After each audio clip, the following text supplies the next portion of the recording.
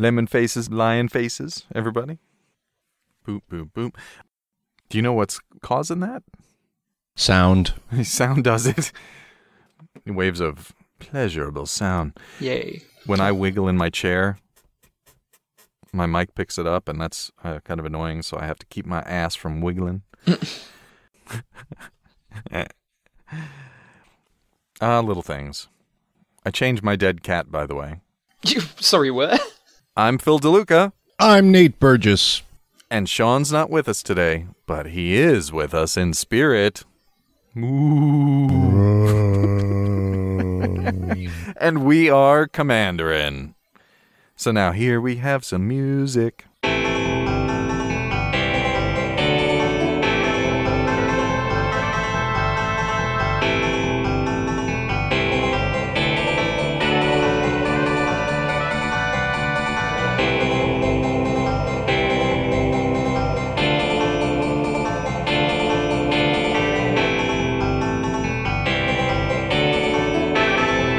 Commanderin. Thanks for listening, everybody. We focus on topics the community wants to hear about and talk to interesting people along the way, don't we, Nate? Mm-hmm. But never, ever do we talk about 3 banned topics, completely banned, never mentioned. Religion, politics, and Hearthstone. You can find us on all the social medias that matter. I'm not going to name them, am I, Nate? Not going to name them. You can find us by searching for commanderin.mtg.podcast. This week, we have a wonderful show lined up for you. We are going to get a clue in Commander. Maybe a couple more than a single clue? Not just one clue, all of them. With our second ever deck tech. And it features the new mechanic from Shadows of Innistrad called Investigate. And so we brought a visitor on. A visitor who's been maybe brewing a little bit of a clue deck. He is the Canadian grappler, the Unitard connoisseur, the Jester of Jank, and this episode's representative of the British Commonwealth, Charles Moreau. Hey, everybody. Quickly, Charles, tell us about yourself. Hey, I'm French-Canadian. I'm from Montreal. I've been playing Magic the Gathering for a very long time, but took a few little breaks. Mm-hmm. I started when I was 16 in high school with my friend Kevin during lunch breaks. We were playing very janky Magic with cards that he basically owned, and I was playing his blue-black Flyers deck. And the all-star of that deck was something called the Doomsday Spectre. Now, for those that don't know, the Doomsday Spectre is 2 generic mana, a blue and a black. For a creature Spectre, 2/3 with flying. And when the Doomsday Spectre comes into play, return a blue or black creature you control to its owner's hand. But when the Doomsday Spectre deals damage to a player, look at that player's hand, choose a card from it, and that player discards that card. Ooh, ugly. So that's a kind of inefficient flyer that the deck didn't really have any enter the battlefield effects, so I could not even abuse the return the creature to your hand. It was kind of bad, but it made me play with a very awesome flyer for me at the time, and with blue instant called Counterspell. Counterspell. Hey, now. Yeah, and then I took a very long break because I didn't own any Magic cards. And in college, I started playing Yu-Gi-Oh! Because I was in the Japan Culture Club. And I was getting sick and tired of Yu-Gi-Oh! So at that time, the Kamigawa block was releasing. And I was like, that's a perfect jumping off point for me. And I played a very bad mono-blue control deck. It played boomerangs and it played very tempo-y, but I didn't have any pressure, so all of those temporary advantages didn't have any real gains from them, and it was a mill deck. Oh god, it was bad.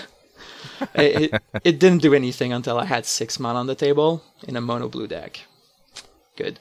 So if I heard you right, the Kamigawa set was what got you back into Magic? At that point, yes, because it was the jumping off between I was in the Japanese Culture Club in college, and Kamigawa said was all about samurais. And then Betrayers of Kamigawa came out, and with it, I actually played my first good deck in Magic, which was Blue-Black Ninjas. Uh-oh. Ornithopter for free, into a ninja that draws you a card, or into a ninja that destroys a creature, or into a ninja that bounces a creature to its owner's hand. That deck was mean.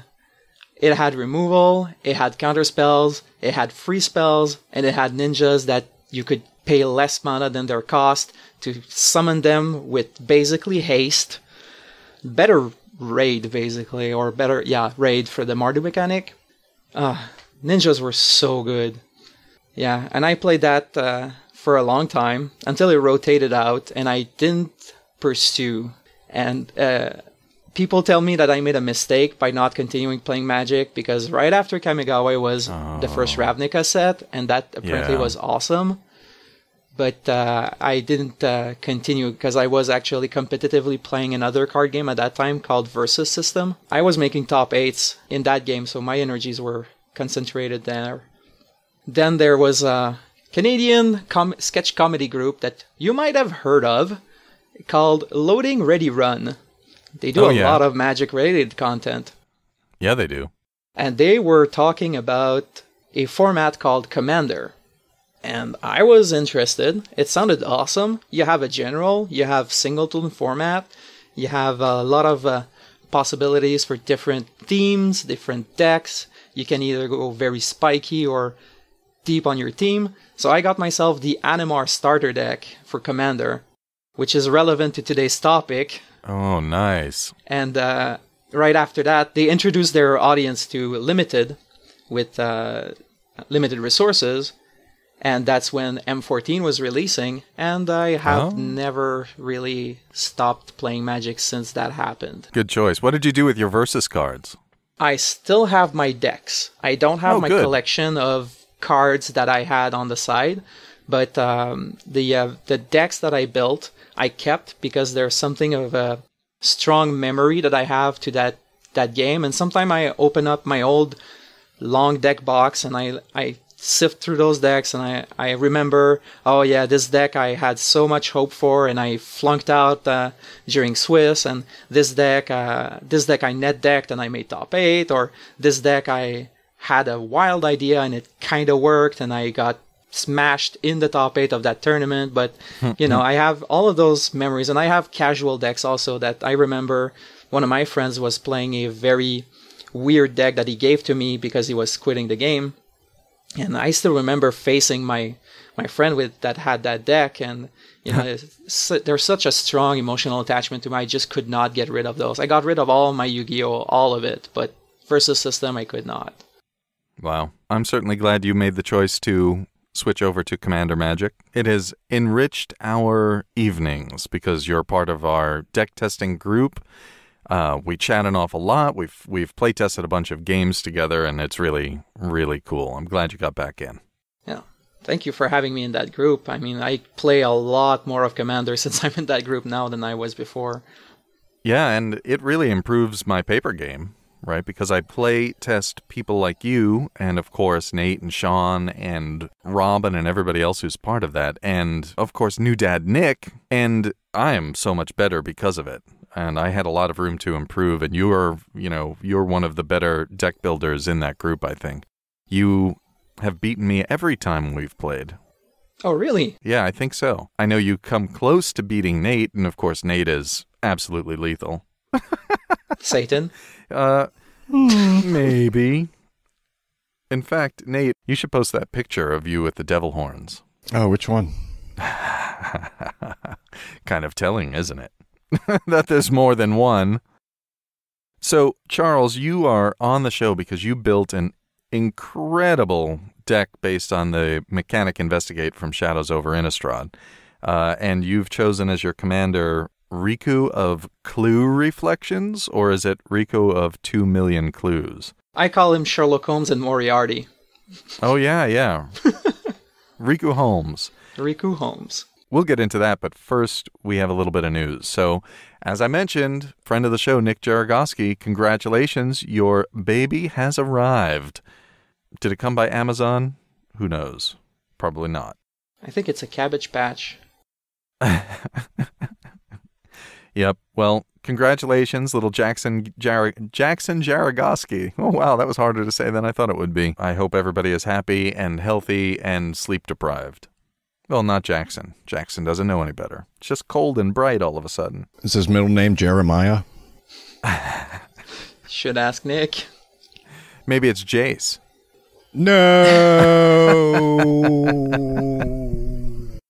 In other news, Shadows over Innistrad has been released. I think, did we all get to a pre-release? Nate, you were actually in Hotlanta at the time, so I don't know if you made it out. Yeah, I did. I got a bunch of werewolves. Oh, good. They didn't do so well, though. No. That's weird because my werewolves did the best for me. I was into 3 pre-releases, and I actually won the 3rd one, completely undefeated. That's awesome. What was your deck? My deck was a aggressive white-green deck. I had humans and I had werewolves, and I noticed that 3-power creatures are good in this format. Oh, yeah. Flyers are good in this format. Mm-hmm. And when you can trade your 3/2 creature for your opponent's 3/3 creature and then get a spirit out of that deal too, you're in for good times. And also, Archangel Avacyn is completely busted and should not be considered. Oh, did you pull an Archangel Avacyn? I did. That pool had an Archangel Avacyn and the 6 mana Angel that's double red also. That whenever a source of your opponent deals damage to a permanent you control, you deal 1 damage to your opponent.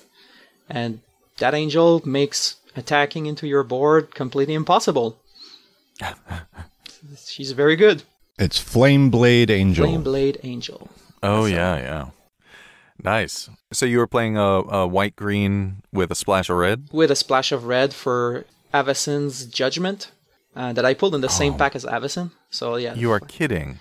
Yeah, the Fireball I pulled, the Madness Fireball I pulled, and also one of the enchantments, the Nihiri's Machinations. The one that makes one of your creatures indestructible, and you can deal damage to blockers for 1 and a red. So yeah. You can play that card without red mana, fine, but you really gain advantage out of that when you can do that 1 more damage to that 4 toughness creature. That sounds great. I did not have very much success, although I had a blast playing Triskaidekaphobia. Yeah. That game, I think so my record overall in the second one I played on Sunday was only 2-3. Sorry, I lost 3 matches. But of the 7 games I won, 5 of them were due to Triskaidekaphobia. So would you say that this card is a bomb in the format? I think it's one of the most valuable limited cards, but I'm no expert on limited. I just know that it's very easy to get your opponent to 13 life. And if you can do that and they're not really aware, because of course Triskaidekaphobia only works as a surprise. If you're able to do that, then drop Trisk. It's awesome. Did you lose any games due to your own Triskaidekaphobia? I did not, no. I was able to juggle the life gain and life loss so that I didn't in the one game where Triskaidekaphobia came out and did not immediately win me the game. I think if I am ever forced at gunpoint to build a modern and/or standard deck, then I'm going to build one that's got 4 Triskaidekaphobias in it. They're cheap cards, too. I know that, this is a really janky win condition, but this is a show about janky win conditions sometimes, isn't it? Mm-hmm. Harder to play in Commander, but not as impossible as Hedron alignment. Oh, yeah. I mean, in Commander, I might play Triskaidekaphobia just to see if I can get it on 1 game out of 1,000,000, but it's just so much fun and limited. So I encourage everybody, I encourage you guys especially, if you play more limited and you see a Trisk come by, pull it. Just force black at that point, or splash it because it's only 3 mana and 1 black. Anyway, it's a lot of fun. I got no good cards otherwise. Wow, we have a big news segment. So hey, guess what, Nate? What were you doing a year ago? Probably some of this. Yeah, so I did a little bit of digging, and it turns out that On the 6th of April in 2015, Nate, Sean, and I were brainstorming. We were name-storming. My wife, Kelly, and I had come up with a list on the way back on Easter Sunday in 2015. Had come up with a list of names for a new podcast. So Sean, Nate, and I looked at that list and voted and came up with Commanderin. We chose it because it was silly. There's a little bit of possibility in terms of there's a pun we can make with it. And so after checking the list twice, we chose this name. And then on 15 April 2015, we recorded Dragon Lord Silumgar, which was released on the 26th of May. So for listeners, the 1-year anniversary is still to come. But for me, Nate, and Sean, it's been a year already. By the time this drops, actually, it'll be very close to the 15th. We'll have a birthday party. Yeah, exciting. That was our first ever Deck Tech, and this episode we're doing our second ever Deck Tech. Oh, wow. So it's like an annual thing. Yeah. Feels even more special now. I debated whether or not to ask Nate and Sean if we wanted to hold off and do a Deck Tech on episode 52, or I guess more accurately 53. But couldn't hold off because this is so fun and topical. We had to cover it. We're almost at our first Patreon goal of $100 per episode. Thank you very much for all the support you folks are giving us. And if you want to help us hit that goal, just go to patreon.com/commanderin.mtg. We'll, of course, include the link in our show notes and donate $1 a show. That's 1/3. That's right. Only 1/3 the price of a cup of joe. Nate, how do you drink your coffee these days? Cream or milk. Do you really? Yeah, I started adding milk. It's easier on the stomach. After years of 4 when you espresso drink shots? 2 pots of coffee a day, equivalent. So, wait, Nate, you drink 2 pots of coffee every day? It's around there. That's a lot even for me, and I think I drink a lot of coffee. I don't have access to the espresso as much. Oh, but if you had espresso, how much espresso would you drink each day? Like 8 shots. Yeah. And do you have good coffee? Or do you have, like us Canadians that try to delude ourselves into thinking that Tim Hortons is good? It's in San Francisco, so there's a lot of people who think they make really good coffee. Okay. I'll try some out. Do you just pick up like some Folgers? I think this is Pete's Pete's right now. Mm. Yeah, Pete's is a nice dark roast. It's better than Starbucks, which is burnt. Wow. Yeah. Charles, when Nate and I met, we used to go down, we were in a place called Charlottesville, Virginia, and we would walk down to a coffee stand, and I got some... The Java Hut. The Java Hut, right. And I got some horribly sugary thing that has had unfortunate effects on my health. Well, I'm blaming that, but it wasn't just that. But it was called a liquid brownie, and I would sweeten it, and Nate would just get 4 shots of espresso. Over ice. Over ice, right, because it was easier to drink fast then. And usually he would have all 4 shots, and by the time we were back to the office, which was only a short walk, it was like a 5-7 minute walk, it would be finished. And of course, Nate was the quietest of us all, kind of just lurking in the background, and he would zoom in with pithy comments, sort of like he does here. But bear in mind that he was that quiet, and is that quiet, on all of that caffeine.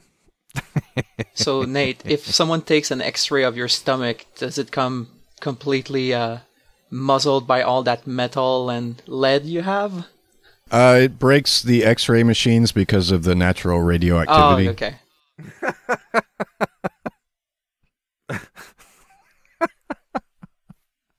In yet other news, Nate, it looks like you've put together a Commanderin drinking game card list, haven't you? Yes, on the Commanderin MTG deck stats page, I've made a small collection of cards that is the de facto list for our Commanderin drinking game. So if there's a card that we mention in, well, right now the number is 3 separate episodes, but as we release more episodes, that number will get higher. So it's a sliding scale.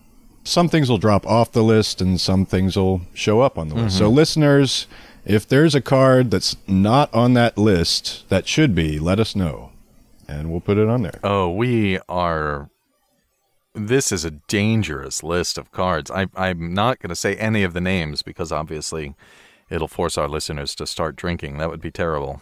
We're going to be so drunk by the end of this episode. Oh, my. Yeah, Nate. It's so bad. I know that when you mentioned that you had stopped just before the original Ravnica block, I almost mentioned one of the cards on this list. We'll get to that one later. Of course, yeah, we will. We will. So listeners, gird yourselves because we are going to hit a number of the cards on this list. You can find the list by going up to deckstats.net and searching for commanderin.mtg.podcast. And then, where is this? Is this in your folder, Nate, or is this in the main folder? It's in the main one. In the main folder. Are there any cards that should be on there that you see right now? Consecrated Sphinx. Consecrated Sphinx. Take a shot. I don't know. Maybe one of the Jaces too. We'll get Jace as a concept. Except for Living Guild Pack. Nobody loves Living Guild Pack.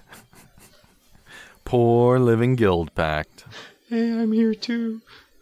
All right, so listeners, go over to that. We'll pause for a minute. We're going to tell you a story while you go look for that deck list and pull your choice of glassware and choice of beverage. Again, underage listeners, you should not be consuming anything that is illegal in your jurisdiction. Everyone else, as you wish. You can come to Montreal. It's 3 years earlier for legal drinking age. Oh, my God. Montreal. A city I love and I've never been to. Well, it's the whole of Quebec. Legal drinking age, 18 and up. Yeah, but everybody lives in Montreal. Almost half of the population, yeah. Right, you guys have robot farmers, right? I mean, what farms there are staffed by Canadian robots. It's actually a big culling. Like, once a year, there's a draft, and all of the Canadians' names are put in hats. And then they pull the names of the people, and they say, it's your year, go live in a farm, or go work in a mine. Is it a big Mountie hat? Oh, of course it is. But it's a very big one because, of course, it's all of the Quebecois names, right? Yeah, about 6 or 7 million of them. Yeah. Does the hat have kind of a rumply face, and it puts on you put it on the Canadian's head, and then it thinks for a while and says, "Ottawa," and then you have to go to Ottawa? If only. No, it's an old man or an old woman that thinks they're representatives to the King or Queen of England that just digs into and swears that they're not looking. You know, they have the hand on the side of the face and everything, and then they pull a name. Strangely, friends of the party never get picked. Wow. From each according to his abilities, to each according to his needs. Saskatchewan! Yukon! Oh. Yukons are Alaska. Wow. You have a lot of alcoholics in the Yukon? We're getting dangerously close to a bad topic there. But kind of, yeah. Okay, then it is your Alaska. It's more geographically right next to Alaska. Yeah. Mm-hmm. Yeah. No, I know. There's I can't go there. You're right. We're getting too close to a topic. What's the story you have here, Nate? The true tale of a timely Vandal Blast.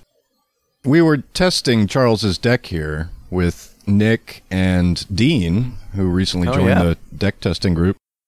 And so it was a situation where my Rakdos wasn't really doing much of anything. And right after me, Nick had a bunch of tokens that he could pump up to kill everyone if he wanted to. And right after him was Charles with a bunch of clues that he was about to win the game with, because I think either he had a Hellkite Tyrant either on the board or in his hand. And a way to cheat it in. Yes. So I asked Nick, "Hey Nick, If you don't kill me for one turn, I can help you kill Charles. Emperor Palpatine over there. Do it. And Nick agreed. Wait, are you saying Nate is Emperor Palpatine? Yes, that's exactly what I'm saying. Nate was Emperor Palpatine, and Nick was Aiden Christensen with both of his swords on Count Dooku's shoulders, and Nate was just, do it. Do it. And so I had to secure that alliance from Nick, because Nick knows me well enough that if it's a red deck that I'm playing, that I'm going to have a Vandal Blast. And I just added Vandal Blast to the drinking game list. I cast my Vandal Blast and overloaded it, and that set off a chain reaction of responses on Charles's side that took about 5 minutes. And Dean, we both had a bunch of artifacts we didn't want to lose. He had his Illusionist Bracer he did not want to lose. No. I had my clues that I wanted to use. Yeah, and they used them and they did stuff. And then it was Nick's turn, and he pumped all his tokens up. I think he was playing Azuri Claw of Progress, and he made a bunch of more tokens. And I think he had 123 counters. 126 experience. 126 experience counters, because he did something that generated 78 saprolings on that turn or something. Holy smokes. And then he pumped them up and killed the other two players. And then it was my turn, and I cast the Incite Rebellion that I had been holding. Dealing all of about 150 damage to poor friend of the show, Nick Jaragoski. That is hysterical. You were sandbagging that card. Beautiful. Yeah, and seriously, kudos to Nick for sticking to his word, because he could have just won the whole shebang right there and then. So he was just the greatest gentleman in not killing you completely wide open. Yes, he kept his word. Oh yeah, and he paid for it. And that is the true tale of a timely Vandal Blast. What a wonderful tale it is, too. I still have nightmares about that game. I was so close. Yeah, games with Nate are very often like that. They're usually spectacular, and they usually end up crushing you in such a way that you will never forget it. Yeah, nice work, Nate. Yay. Still teasing the main topic. We have a minor topic, don't we? It's the return of a segment we call The Watch List.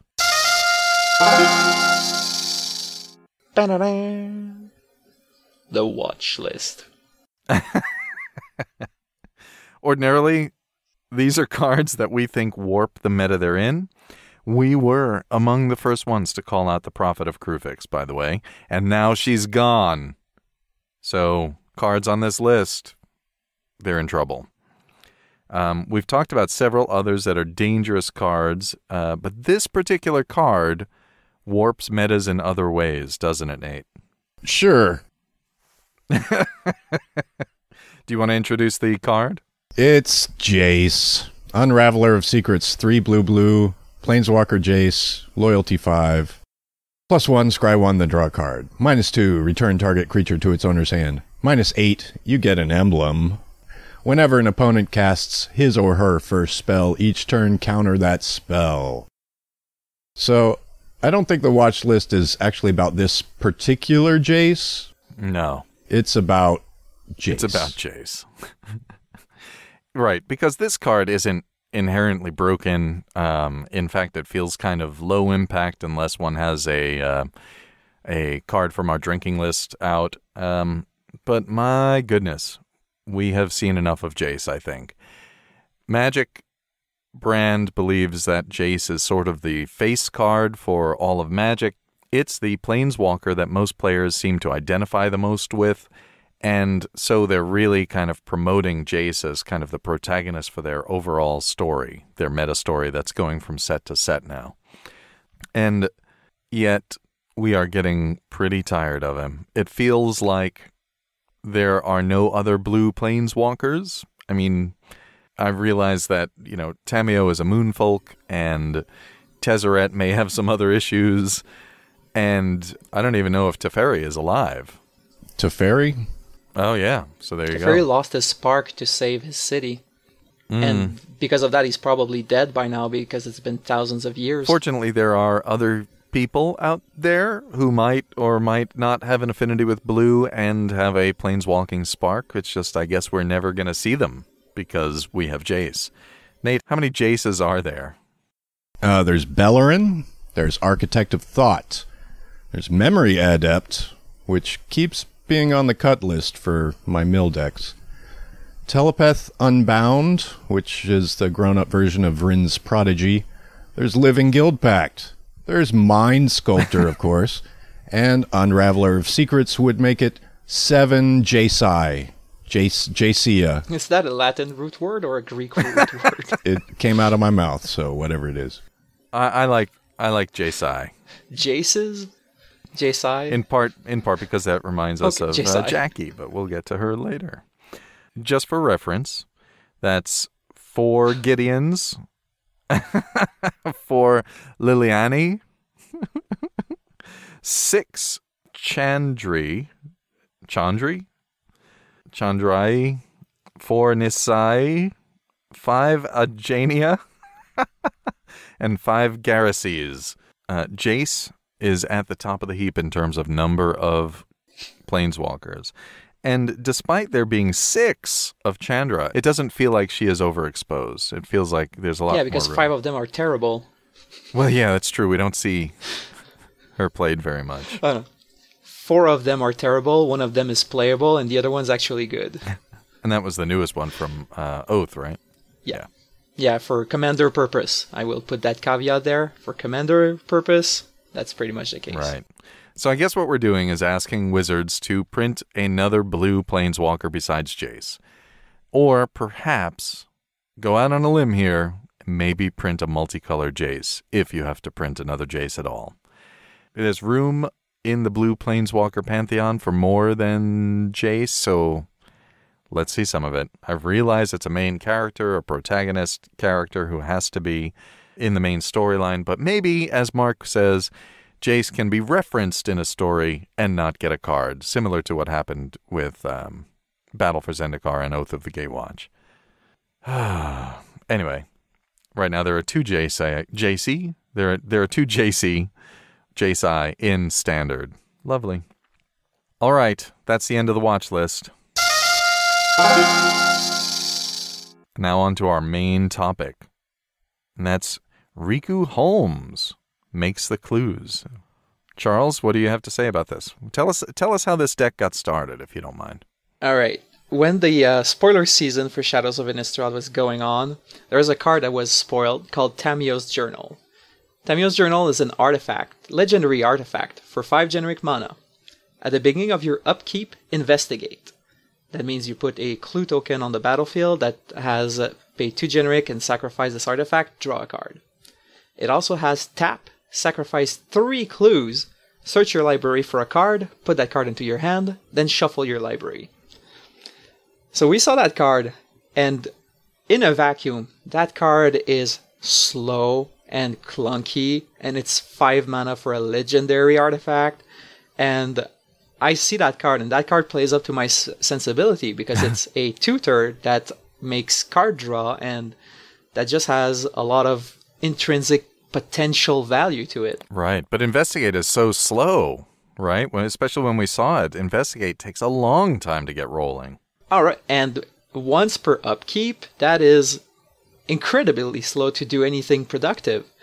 So Nick and I, we joke around in our super secret deck testing chat about a Mayel the Anima deck that would use the Tamio's Journal, stuff anything that has populate on it to speed up clues production because they're tokens, and win by cheating in a Hellkite Tyrant.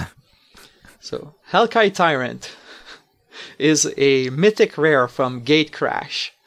It is 4 generic and red. 6/5 flying trampled creature dragon. Whenever Hellkite Tyrant deals combat damage to a player, gain control of all artifacts that player control. At the beginning of your upkeep, if you control 20 or more artifacts, you win the game. So the point there was to have 20 clues and just win by having a Hellkite Tyrant on the field. Yeah, that's excellent. When you guys started brainstorming that, I was like, what? This could be awesome. Or terrible, but awesome mostly. When we started brewing it, it was just terrible. It would not have ever worked unless you are completely pillow forting your way through a victory. It would not have worked. And the Hellkite Tyrant, for the record, is just $3. So this sounded terrible. But then something happened where more spoilers came in. And every day something new that had the word investigate on it came in. And every day I would receive a message from Phil with an artifact or an enchantment or a creature that says whenever you do this, you investigate. Yeah. And it started getting very clear that the right colors to be in for investigate were Bant. But Bant does not allow the Hellkite Tyrant. So you drop the worst color for investigate in Bant, which was white, and you go into Teamer, which is red, blue, green. Because blue-green are very strong at making clues, it ended up being. Oh, yeah, they are. Oh, yeah. And so every day that deck, I guess I get that message, and that deck becomes more and more of a thing that could happen. And I'm thinking, how can I cheat in the Hellkite Tyrant? Because you cannot just have a Hellkite Tyrant sitting on the table when you have 10 clues. People are starting to catch on what you're doing. Right. So I want to cheat in the dragon. So I'm thinking, well, Teamer has a dragon that cheats stuff into play in Ted the Dreamer. But one day, something wonderful happened. The Command Zone released their spoiler card, and I lost it. Second Harvest. Second Harvest is an instant. 2 and green. For each token you control, put a token on the battlefield that's a copy of that permanent. Yeah, when that was spoiled, and, kudos to Josh and Jimmy for getting such a fantastic spoil card. I realized, of course, there are numerous uses, and they're very traditional uses, but I had to share it with you. When that came out, it was just like, okay, this is now possible, because if you had to build up your clue tokens turn by turn and then drop a Hellkite Tyrant, everybody's going to see it. It would take something like 15 turns, and the game's over anyway by then. But this was the fast track for clues. This card allows me to get from 5 artifacts to 20 in the end step before my opponent. 5 clues to 20 clues in the end step before my opponent, because I switched around who the commander was. So instead of in Ted the Dreamer, I went with someone who likes incense and sorceries. Riku of Two Reflections. Oh, yeah. And he became Riku Holmes. Beautiful. Riku of Two Reflections is 2 generic mana, blue, red, green, for a legendary creature, human wizard, 2/2. Whenever you cast an instant or sorcery, you may pay blue and red, and if you do, copy that spell. You may choose new targets. Nobody cares about targets. Whenever another non-token creature enters the battlefield under your control, you may pay green and blue. If you do, put a token that's a copy of that creature onto the battlefield. Mm-hmm. Riku is kind of pricier. He's $1.50 because he was only printed as a Judge promo and in the Animar pre-constructed deck. Yeah. He is a little bit pricey, but I think for a deck like this, he is the perfect commander. Oh, he is. He is perfect. Yeah. And there are some other cards that kind of facilitate this, aren't there? Yes. I don't know if it was spoiled on the same day as Second Harvest, but I saw the card on the same day as Second Harvest on my side. And there's a creature that's called the Briarbridge Patrol that was spoiled. And the Briarbridge Patrol is 3 generic and a green for a creature human warrior 3/3. Whenever Briarbridge Patrol deals damage to one or more creatures, investigate. So you get yourself a little bit of investigating going there. But the important part of it is, at the beginning of each end step, if you sacrifice 3 or more clues this turn, you may put a creature card from your hand onto the battlefield. Hey, that sounds cheaty. Yeah, it sounds cheaty, especially when you remember the first card that inspired the deck was Tamiyo's Journal that tutors at the cost of sacrificing 3 clues. Yep, that is fantastic. It works really well together, doesn't it?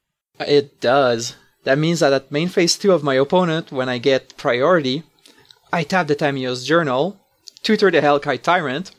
When the end step happens, I cheat it in. On my upkeep, I win. And you don't have to actually sacrifice those clues to their own ability. If there's another way that you can sacrifice the clues, it still counts. Absolutely. Nothing of those effects says sacrificed to their own ability. It really just says whenever you sacrificed a clue, whenever you sacrifice 3 clues. So that deck is real. It's possible, it's got tutor, it's got protection, it's got instant speed shenanigans. It can work. Right. So I've been playing the deck since the pre-release, and I discovered something, a card I want to highlight for token generation, for clues generation. Because we've said a little bit of investigating here and there, but investigating still is super slow. Except for one card. A green card, the Tireless Tracker. The Tireless Tracker is 2 generic and a green for Creature Human Scout 3/2. Whenever a land enters the battlefield under your control, investigate. So he's got Landfall Investigate in green. Yeah, that's fantastic. And whenever you sacrifice a clue, you put a +1/+1 counter on Tireless Tracker. Once again, just sacrificing a clue, not to its own ability. And this one actually, it's still up around 250, right? Yep, it's a rare, and it's a little bit pricier than your standard. What you call it? Rare card? I'm blank. No, just the junk rares. The bulk rares. Bulk rares. Yeah. Yeah, so it's a little bit pricier than your standard bulk rares. Well, and Second Harvest is dropping. Second Harvest is down to about $1 right now. And so I wonder if people are just sort of, they haven't really caught on to how effective Second Harvest is. I wonder if it's going to be a standard card. But my advice is maybe wait a couple of days and see if it drops or stabilizes, and then pick up a bunch of Second Harvests. This guy for Commander, Tireless Tracker, is just awesome, even without the additional support that you provide in the deck. And of course, if you've got 2 Tireless Trackers out, maybe because Riku has cloned it, maybe, then it gets even better. And you're lucky that you pulled one of these in your pre-release. Or did you? I actually traded it to my friend. Oh, this is one of the 3 cards for the whole deck that I did not have in my pre-release or pre-release price pools. So this one I had to trade to one of my friends in Paper Magic. Oh, okay. So you have it, but you had to trade some of your cards away to get it. Yes. But I have it. Yeah. It sounds like this set has provided pretty much everything you need, at least at a basic level. But of course, we'll see how you enhance those themes. Because again, the theme for this deck is to generate as many clue tokens as possible to get Hellkite Tyrant, maybe even 2 Hellkite Tyrants, now that I think about it, into play. And ideally do all of that on the end step of your last opponent's turn and then win on your upkeep because you've got 20 plus primarily clues out. Right. And the problem with that kind of combo is that it will work once. Now, we'll get into the details. Have you? I know you've play tested this a couple of times. Have you actually played it in paper too? I have. I just actually did yesterday evening, and as I said, this combo works once. Afterwards, no. People catch on to it and they don't let you do your shenanigans. I am very proud of myself because I had to play the Hellkite Tyrant early, and I had other creatures, and I had 19 artifacts. So people were looking at me, and they didn't have any artifact removal in their hand.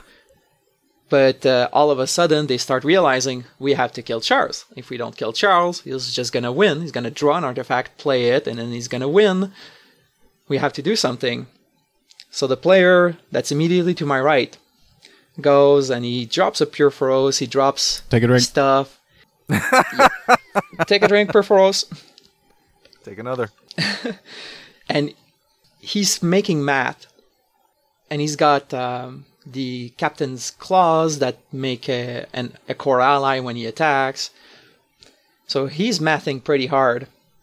And I'm looking at his board, and I'm just going, you think you can kill me? I'm only at 19 life. Look at what you have. Do you think you can attack me and kill me? And people are kind of pressuring him also because you need to kill Charles. And I'm fueling that fire because I have a card, an enchantment that says whenever a non-token creature you control dies, you investigate. And I've got 2 creatures that I can chump block with, and they will die. And he attacks me. I declare my block. I investigate, go down to 5 life, and then everybody at the table smacks their face on there. Smacks their face because they're like, oh no, we could not win that way.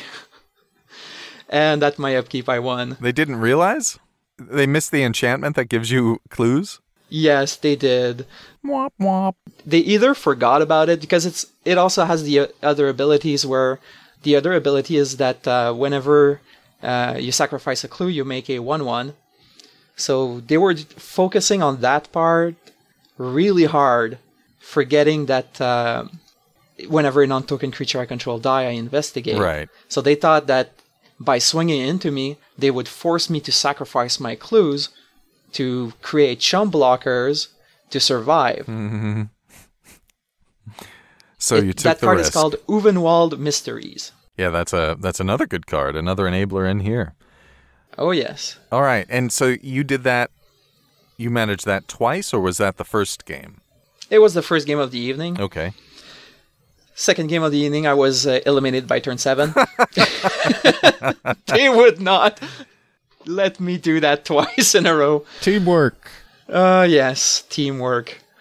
I mean, our other little spikier player decided to bring out his slivers deck, and then yeah, it was one of those fool us once, shame on you, fool us twice, shame on us kind of deal. But yeah, for what it's worth, it was a lot of fun. Yeah, but pulling a sliver deck out in response to that feels kind of cheap, you know, like you're pulling a sliver deck out. It's one of the most degenerate decks in terms of its ability to rock the world of every other player in response to someone beating you with clues. I mean, where's the fun in that? Have some lighten up, whoever that is. Does he listen to the show? I don't think so. I'll have them listen to this one because I'm part of it for sure. Absolutely. And so whoever that was in Charles's paper meta, shame on you. There's no reason to take revenge on Charles by pulling out a sliver deck. Mm-hmm. Of course, you should just always beat Charles anyway. Yeah. It's the paper meta where I brought an infect deck because commander damage was frowned upon. What? But infect was smiled. No. I'm like, what's unfair about commander damage? Here, all of my creatures do double commander damage. Deal with that. Wow. Yeah. So when I was building the deck list for that deck, I was smiling to myself a little bit because something Phil always says is that he does not really like running basic lands. Do you, Phil? No. And it's not that I dislike basic lands, it's just that I think that there are so many more useful lands, and there's a whole utility suite, and I don't disparage basics like I do guild gates, but my decks tend to be really light on basic lands, and that opens me up to some ruination and some other fun things like that. Oh, and of course, Nate's wonderful combo recently is first Price of Progress. So I take all the damage, and then he just burns all the non-basic lands. Mm-hmm. Thanks, Nate. How many basic lands would you run in a 3-color deck? Let's say an average. In a 3-color deck, it's going to be slightly higher for me. I think we were talking about this the other episode. I think my height is like 13 or 14 basic lands? Okay, I run 21. Oh my God. So I could not help to smile to myself because I wanted to be able to do a little thing with Tireless Tracker and a lot of green instants and sorceries that gets you land, get you basic land. Mm-hmm. The one that gets you a lot of them. Boundless Realms is a card that was showcased on this show that I discovered here. And it's one of those things that when you combine it with Riku, it does wonderful things. Mm-hmm. So a little bit of math time here. When you have Boundless Realms, if you have Riku on the table, 5 lands and mana rocks enough to copy it, you will get 5 basic lands on the copy that's on the stack. And then you have 10 lands when the second, the original casting of the spell resolves. So you get yourself 10 basic lands. So you fetched yourself 15 basic lands that come into play tapped. And if you have something like a Tireless Tracker in play, you investigate 15 times. Wow. So I was sure that I needed a lot of basics in this deck. Yeah, you do. It pays off. It really pays off. That's great. And while we're on the subject of math, Second Harvest, I just wanted to point out a little bit of math here with that spell, because it can look intimidating, but it's actually a lot simpler than you think. If you double up Second Harvest with Riku, and you have 5 clues on the table, the copy will put 5 clues. So you have now 10 clues. And the original casting will get you 10 clues. So you now have 20 clues on the table. Now, if you don't have a Soul Ring or any Thought Vessel, any kind of... Soul Ring, take a drink. Yeah, I would get my cup ready. Yeah, so if you have any of those mana rocks on the table, and you've got now your 20 clues, well, you win. Hellkite Tyrant wins. And the math gets even funnier when you get a doubler, a token doubler, an enchantment token doubler. Say it. On the battlefield first. Say it. Parallel Lives or Doubling Season. 2 drinks. All right. Now, if you get one of those, and you have 3 clues on the table, and you copy Second Harvest with Riku, the copy will put 6 clues on the table. Mm-hmm. So you now have 9. And then the original casting will put 18 clues on the table. So you now have 27. So you've got some spare change. If you have both on the table, and you have 2 clues, the copy will put 8 clues on the table, and then you have 10. And the original resolution will put 20 clues on the... you have 10. So if you start enough. with 3... You have 2, and then you have 10, and then you have 30. Oh, my. Well, that's fantastic. You're setting this up with all of the right cards, it seems. And then there are some other cards that really amplify it. You mentioned Ulvenwald Mysteries, right? Yes. And that's I have 2 and a green, an enchantment. Whenever a non-token creature you control dies, investigate. Whenever you sacrifice a clue, put a 1/1 white human soldier creature token onto the battlefield. That's great. You get it coming and going. If you need to sack a clue, you get a creature. So in a pinch, like you said before, chump blocker. But the most important use is that when the non-token creatures die, you get a clue. And then you have ongoing investigation as well. Oh, look at that. 1 and a blue, an enchantment. Whenever 1 or more creatures you control deal combat damage to a player, investigate. And for 1 and a blue, you can exile a creature card from your graveyard to investigate and gain 2 life. No, that's 1 and a green. Oh, did I say 1 and a blue? 1 and a green. Sorry, everybody. It fits. It definitely fits with Riku. It does. My only regret about this card is that it says whenever 1 or more creature you control. They've been dialing back on the enchantments that give you combat damage advantages now. Well, because Edric proved that was really broken. But not so long ago, Bident of Tassa was not that weakened. Yeah. But Biden's a rare Thopter card. Spy Network. Oh yeah, Thopter Spy It's Network, right? Yeah, Thopter Spy Network is close to this, whenever an artifact creature you control deals combat damage to a player, it's one or more artifact creature.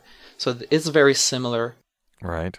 And you've also got Erdwall Illuminator, 1 and a blue for a spirit, 1/3 spirit, but whatever.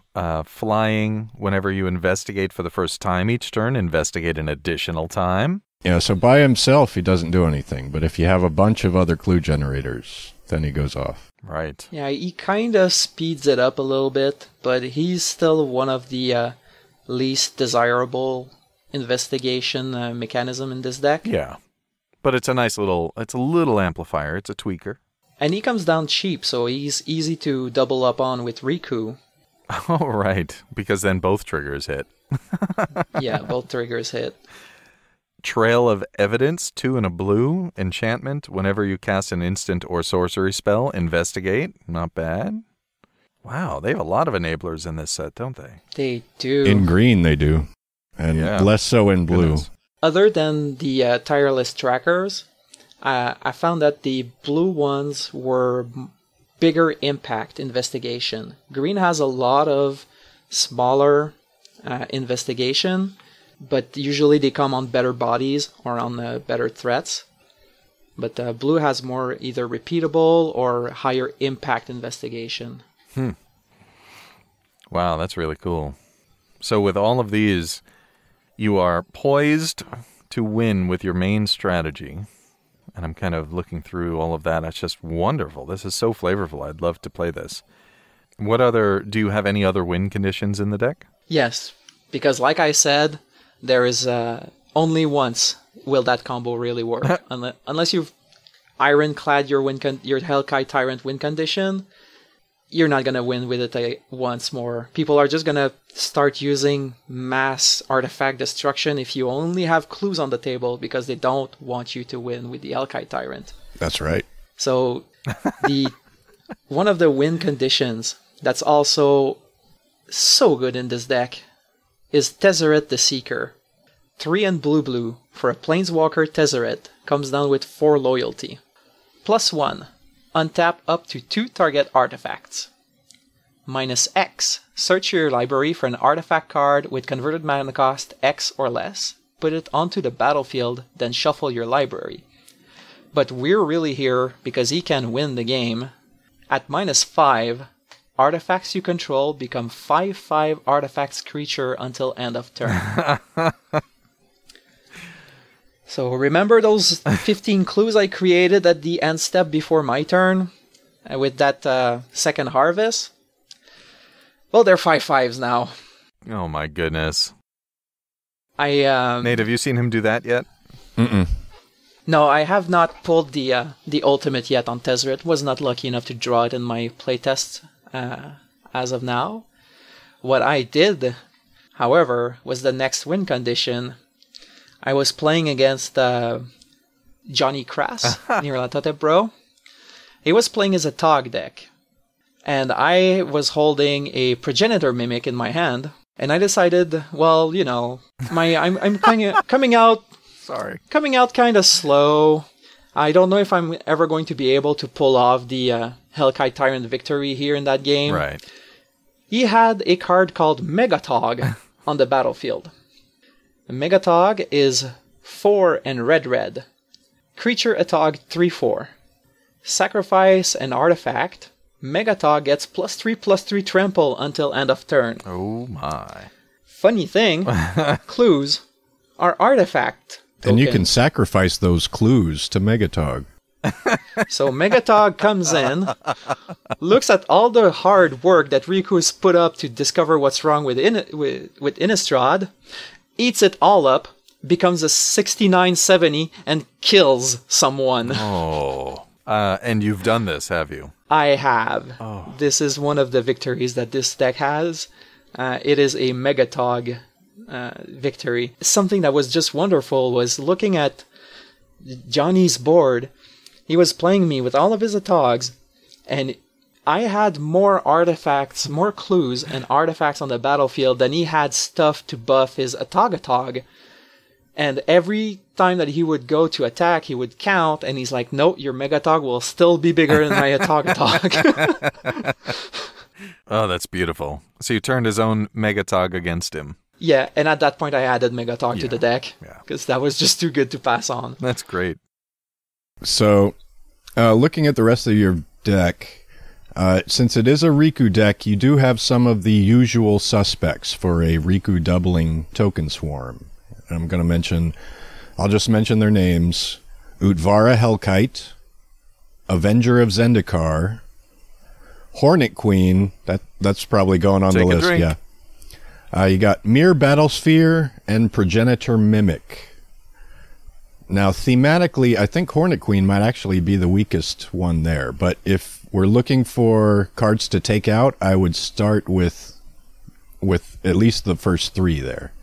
That's a good idea. Yeah, if you need to make room. I'd be more hesitant to remove the Utvara Elkite from the deck because of one of the tutors I'm using. Right. He becomes tutorable with the Sarkhan's Triumph. Yeah. And since he's quite a strong win condition, having the flexibility of instant speed tutoring for it is very good. Right. And it is a good win condition, or secondary win condition, when you need a plan B. You just go for the standard token swarm. Now, you have actually created 2 lists here, and of course these lists will include in the show notes. And so it's the deck as you own it, and then sort of an ideal deck, which basically includes cards on your shopping list, or on your Christmas list, or birthday gift. My wish list. Right. And Nate, you did all of this analysis, so why don't you run through it? From the first deck that you already own, you have 38 lands. That seems okay. You have 15 non-creature artifacts. That might be high. You have 6 enchantments. That might be okay. You have 2 planeswalkers. That might be 1 too many.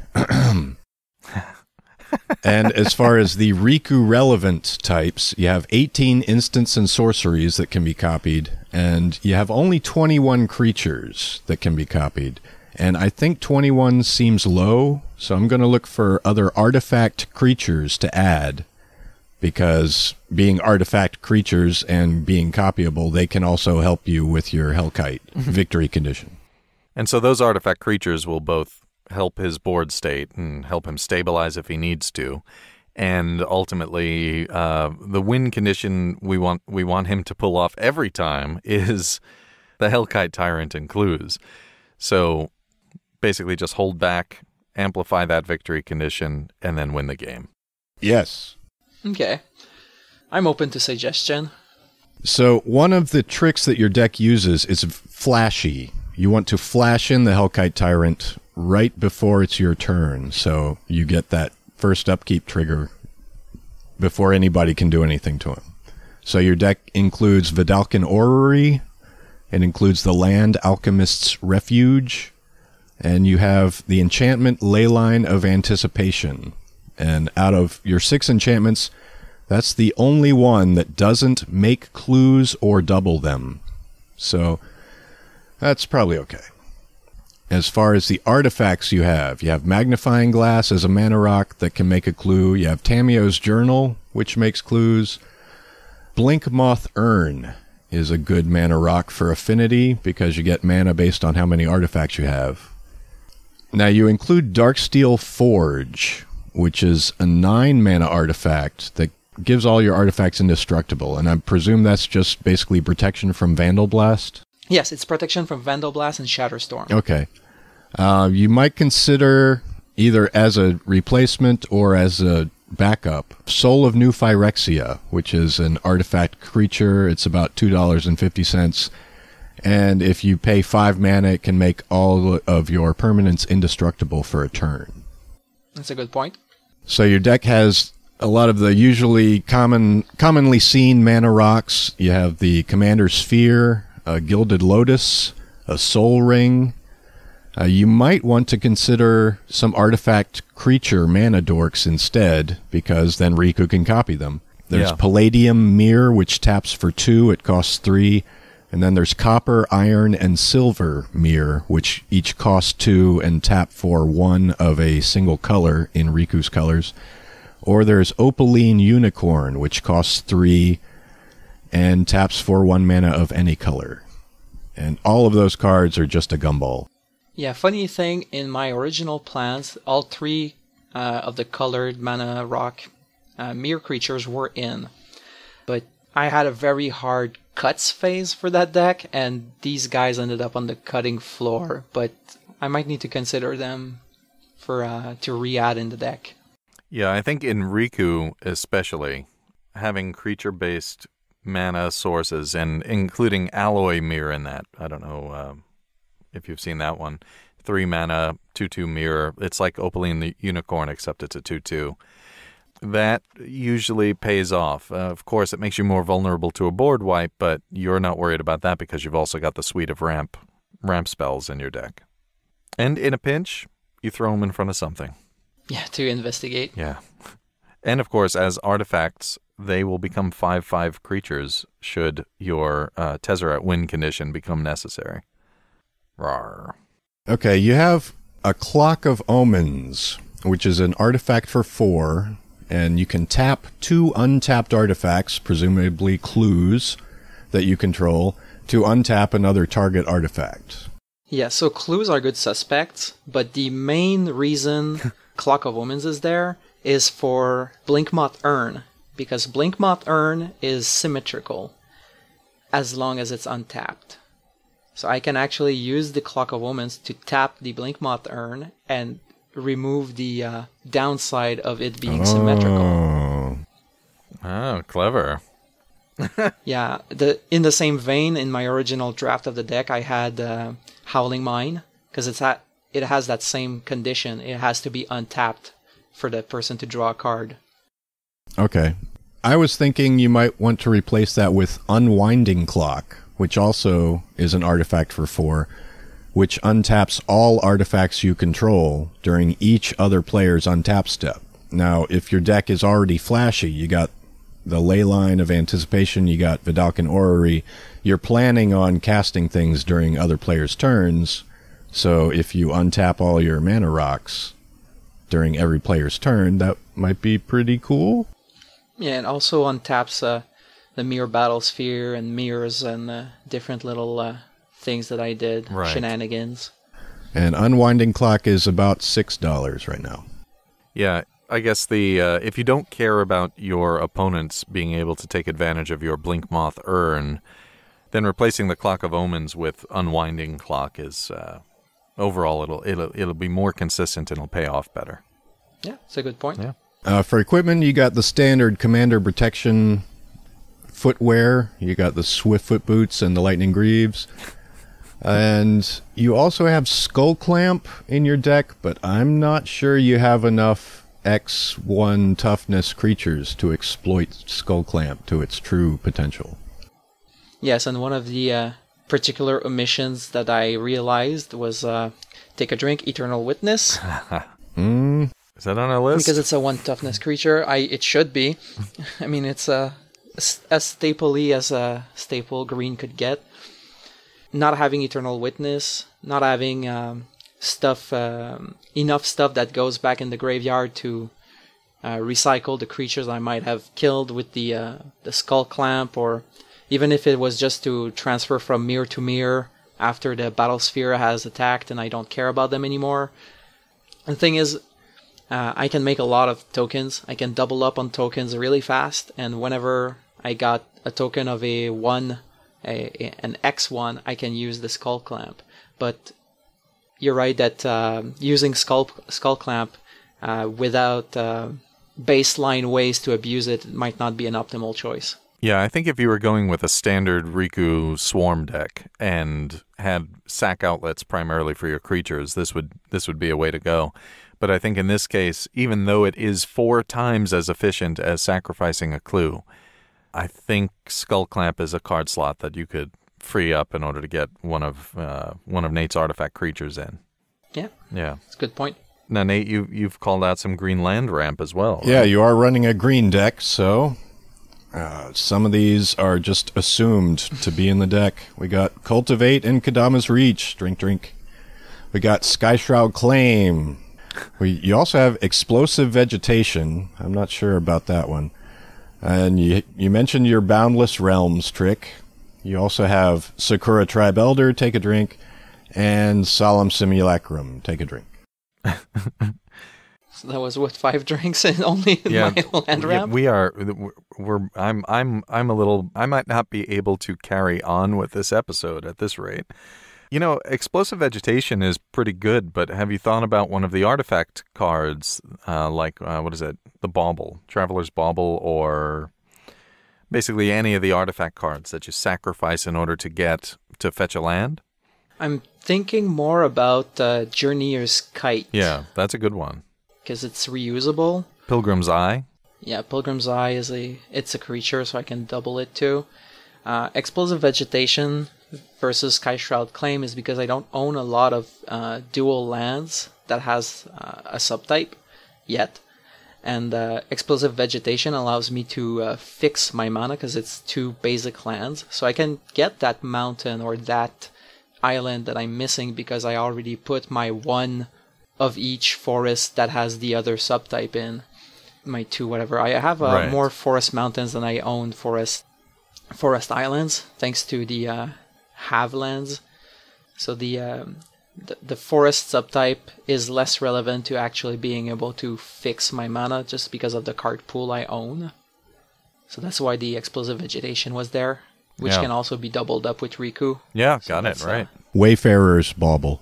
That's it. Traveler's Bauble. I put it in most decks that care about artifacts. Because, again, you know, I think that's a 1 mana card, and there are a couple of others like it. Expedition Map. Explorer's Scope. Expedition Map, right. And it's just nice if, you know, again, if you're trying to count number of artifacts to win, those are pretty innocuous artifacts that most people won't think of as a threat and just sort of expect you to sacrifice it. But late game, mid game, you don't need to worry about that, generally speaking. And then, of course, you're hunting for your Hellkite Tyrant at that point. Well, keep in mind that all of the green sorceries and instants can be copied. Yes. And the artifacts can't unless they're artifact creatures. No, absolutely. I understand that. I'm just looking at turning a mid to late game dead card draw, which ordinarily a sorcery that fetches land will be, into something that's going to support the primary win condition. Now, of course, he's got the tracker, right? So that's going to really appreciate a mid to late game doubled land fetch sorcery. But that starts to feel like Magical Christmas Land. Not that being able to summon a Hellkite Tyrant and flash it in isn't already Magical Christmas Land, but that's the primary win condition for the deck. So, you know. So your deck has a lot of blue card draw. It's got Dig Through Time, Treasure Cruise, Factor Fiction, Mole Drifter, and all of these are great cards, and you see them in a bunch of blue decks. But do you really need this with all the clues that you have? And more importantly, do you need this with all the tutors that you have? Because you have a lot of tutors. Right. It is a combo deck, so the tutoring is kind of a necessary evil. I have, since building the deck list for you guys, I also have added 1 more tutor, which is the Traverse the Ulvenwald. Oh, right. Yeah, which I had completely forgotten to put on the list when I first built the deck, but I opened 2 in my pre-release, so and it's thematic. Them. Yeah, and it's thematic. Delirium is very easy to achieve in Commander. It's not even a challenge. Yeah, that's great. So Traverse the Ulvenwald is a sorcery, 1 green, search your library for a basic land card, reveal it, put it into your hand, then shuffle your library. Delirium, if there are 4 or more card types among cards in your graveyard, instead search your library for a creature or land card, reveal it, put it into your hand, then shuffle your library. Very nice. Thing to note, it does not say basic land in that second part of it if you have Delirium. That's right.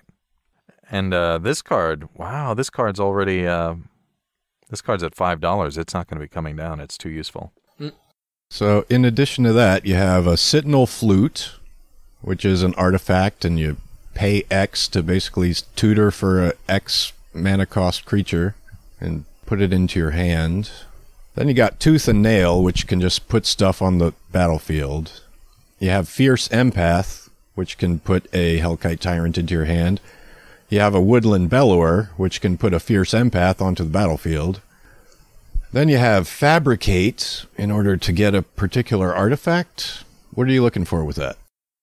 Fabricate is there to get Tamio's Journal. It's there to get stuff like a Mirror Battlesphere, a Steel Hellkite. I've got any of those kind of artifacts. Maybe I can get also the Blinkmoth Urn, because Blinkmoth Urn generates a lot of mana. If you've got 15 clues there, it gives you 15 generic mana, 15 colorless mana at the beginning of your main phase. So that's a lot of stress off your mind you can take. So Fabricate is there for that kind of situation. All right. And you got one more tutor that you mentioned that I'd really never paid any attention to before. Sarkhan's Triumph. It's for 2 and a red. It tutors for a dragon and puts it into your hand. Your deck has 3 dragons in it. They're all Hellkites, specifically. Do you think you could add more dragons? I think I can add one dragon in particular that's been eyeballing me since I've took her deck down.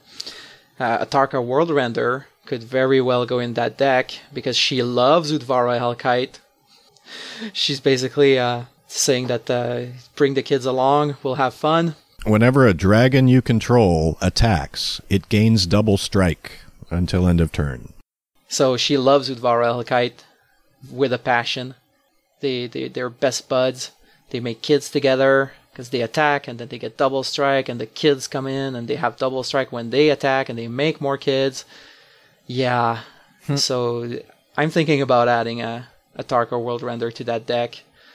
Other dragons that I can consider, there's Hoarding Dragon, because he's a tutor. There's a bunch of utility dragons that could work very well in that deck. Yeah, you could replace your Mizium Mortars with a Balefire Dragon. They have a very similar effect. Ooh, Balefire. Oh yeah. That's a good point too.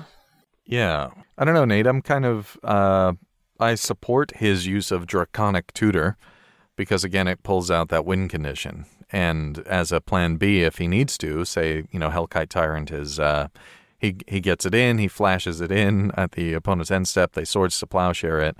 Sarkhan's Triumph, of course, could always be used to get an Atarka, like he mentioned, or one of the other utilities. I think there's a place for Sarkhan's Triumph in this because of the win condition. I wouldn't ordinarily recommend that except in a dragon-heavy deck. All right. Bum, bum, bum. So let's talk about the removal that you have in your deck. You have Blasphemous Act, Cyclonic Rift, and Vandal Blast. And I can't fault the inclusion of any of these, and they're all going on the list. Now, one thing I noticed, you don't have any enchantment removal in your deck. Yeah, and I noticed that the hard way too. When Riku got turned into a forest, and he spent the rest of the game as just 1 more mana. Song of the Dryads. Song of the Dryads. Yeah, that's an excellent card.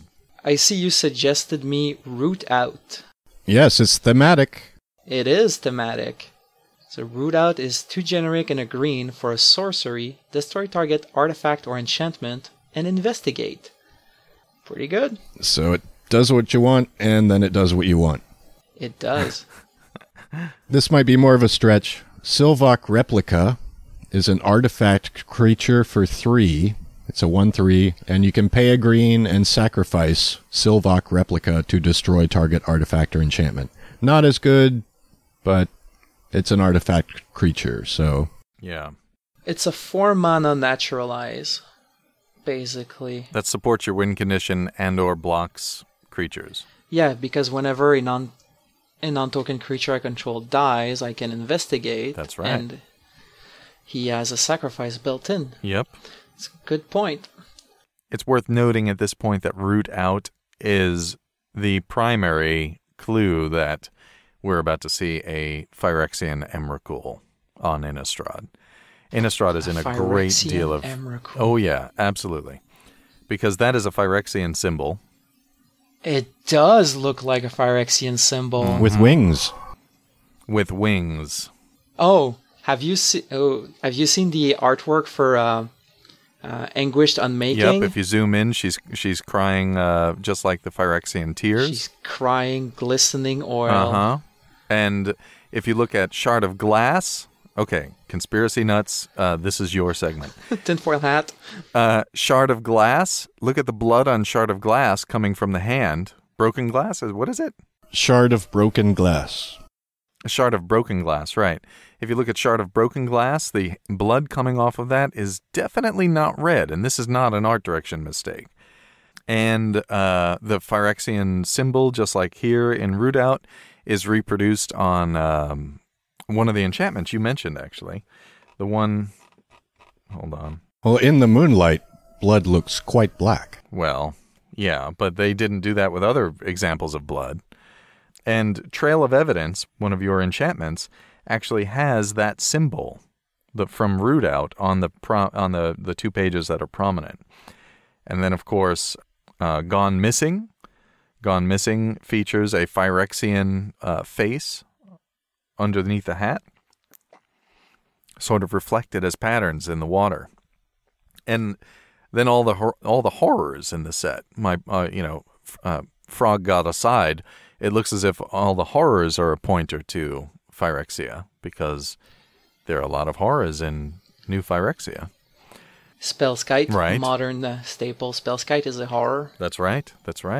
And I think we're about to see a Phyrexian Emrakul come into Innistrad. The Eldritch Moon is really, really bad for Innistrad. Oh. I'm not sure about Emrakul, but the more you mention the Phyrexian symbol in the artwork and I see it, just the thought of Avacyn being corrupted by glistening oil makes the Vorthos in me kind of tingle. Well, like we talked about a couple of episodes ago, they have to bring Emrakul into this block, and they have to do it because they got to close the story out with the Eldrazi, and if they don't, I mean, they basically put a gun on the mantle, and then they're not going to shoot anybody with it if they don't bring Emrakul back. So, and finally, the clue. The meta clue that was solved by players is that, remember, they came as 3. So we're going to see Emrakul, and all the artwork also, a lot of the artwork points to that with the warped eyeballs and the 6 fingers, like that crowd of zombies, and I forget what the name is. But all of that warping kind of points to that, and then also points to Phyrexian influences with the horrors and with the artwork and the, frankly, blatant Phyrexian symbol on Root Out. Innistrad doomed. Doomed! See, I'm more of a perpetrator of it's not going to be Emrakul, it's going to be the granddaddy of the Eldrazi, Marit Lage. Because Marit Lage disappeared from Dominaria after Cold Snap. And it's a gigantic, tentacly creature that has the power of planeswalking. Where is the only other time we've seen that? In a creature type that was invented afterwards. So of course Marit Lage did not have the subtype Eldrazi when it was released. But there's a lot of evidence towards it, and a lot of the tentacles that we see in the Innistrad artwork are much more reminiscent of Octopus's tentacles, which was a staple of the Marit Lage token. Yep, that's true. So if they decide to pull that gun, and that Marit Lage is a 4th Eldrazi Titan, that could very well be it.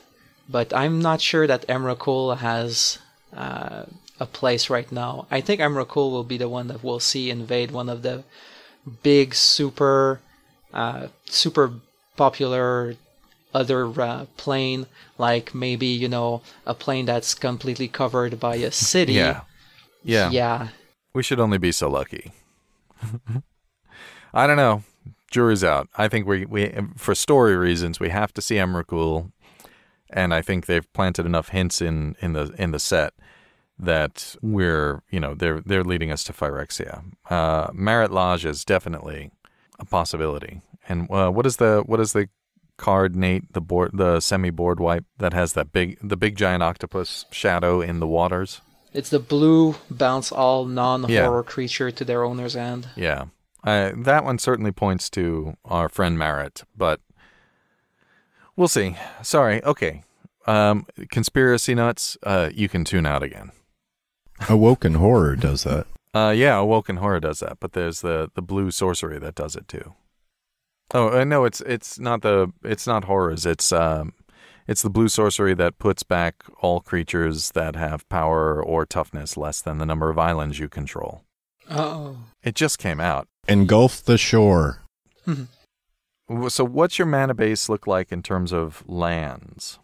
Well, I'm running, as I said, 21 basic lands. So that's 8 forest, 7 island, and 6 mountains. So that's out of the way. I'm running a suite of utility lands, like the aforementioned Alchemist's Refuge, which allows me to cast non-land cards as though they had flash until end of turn. That's great. I'm also running the Reliquary Tower, because I may or may not be drawing a lot of cards in that deck. I'm running the Command Beacon, because at 5 mana to start with, Riku kind of gets expensive fast if he gets removed. Yeah, Command Beacon feels like an auto-include pretty much everywhere. And thanks to Tireless Trackers having landfall, I'm running Evolving Wilds, Terramorphic Expanse, and their new little cousin, the Warped Landscape. So these are Terramorphic Expanse and Evolving Wilds are reprints of one another, where you tap it, sack it, and search your deck for a basic land, put it on the battlefield tapped. Right. So that's potentially 2 landfall triggers for the Tireless Tracker. And Warp Landscape is tap to add 1 colorless mana to your mana pool, or pay 2 generic, tap, sacrifice Warp Landscape, search your library for a basic land, put it on the battlefield tapped, and shuffle your library. So it's kind of a slower Evolving Wild, but it has the baseline ability to tap for mana. Right. I'm also running the Blighted Woodland, one of my favorites from Battle for Zendikar, where you can tap it to add 1 colorless mana to your mana pool. Oh yeah, that's a good one. Or pay 3 and a green, tap and sack, Blighted Woodland, search your deck for 2 basic lands, put it on the battlefield tapped, and shuffle your library. So this one's decent. Of course, there's Command Tower, and then there's going to be all the multicolor lands, because that's I think that's the end of the utility lands I'm running. So you have some fetches and shocks, and you want to fill out the rest of those. It says you want Sulphur Falls, but you don't have Hinterland Harbor or Rootbound Crag on that list as well. Is that an oversight? It's mostly because of the flexibility of the blue and red, which is the ones that I have the least amount of right now. But the other Czech lands, it's probably more of an oversight. Okay, you have Cinderglade, and the enemy color pairs for that type of land do not yet exist, so there's nothing more to get in that set. Some things to consider. There are a couple lands, Izzet Boiler Works and Simic Growth Chamber, and they tap for 2 colored mana, which match up to Riku's abilities, so it's good for making Riku mentally easier to play. And when you play them, you put a land back in your hand, so you can get more landfall on your next turn. It's a good point. Yeah, those two, especially if the tracker is already out. It's very nice. There are also a few lands that also happen to be artifacts as well. There's Darksteel Citadel, which gives you a colorless and is indestructible. And then there's Seat of the Synod, Great Furnace, and Tree of Tales, which will tap for 1 colored mana in Riku's colors. Yes, and Great Furnace I already own because it was in the Commander 2014 Precon. It's definitely going in there. I don't know why I didn't think about it, because Tezzeret can go get it for free. -X, search your library for an artifact with converted mana cost X or less. So you go -0, search my deck for a land. Right. For an artifact with 0 converted mana cost, which lands are. And if you got the artifact lands, you can just fix or ramp with a Planeswalker in blue. So yeah, the Darksteel Citadel and Great Furnace are definitely going in there. The Seat of the Synod and the Tree of Tales are a couple dollars each, and that's what's keeping me from adding them right now. Yeah, if you get around to it at some point, or maybe you put it on a Christmas list, they're both worthwhile here. All right. So I took your deck list before and your planned deck list after, and I did a difference comparison on them so we can see what you want to cut and what you want to add. So you want to cut Explosive Vegetation, which is one of your green land-grabbing cards. You want to cut Forgotten Ancient. I probably agree with that. It's not doing much in this deck. Right. Kirkesh Onaki Ancient, who is a legendary red creature that, if you pay a red, you can double the effect of an artifact. Yeah, he's usually a combo commander in and of himself.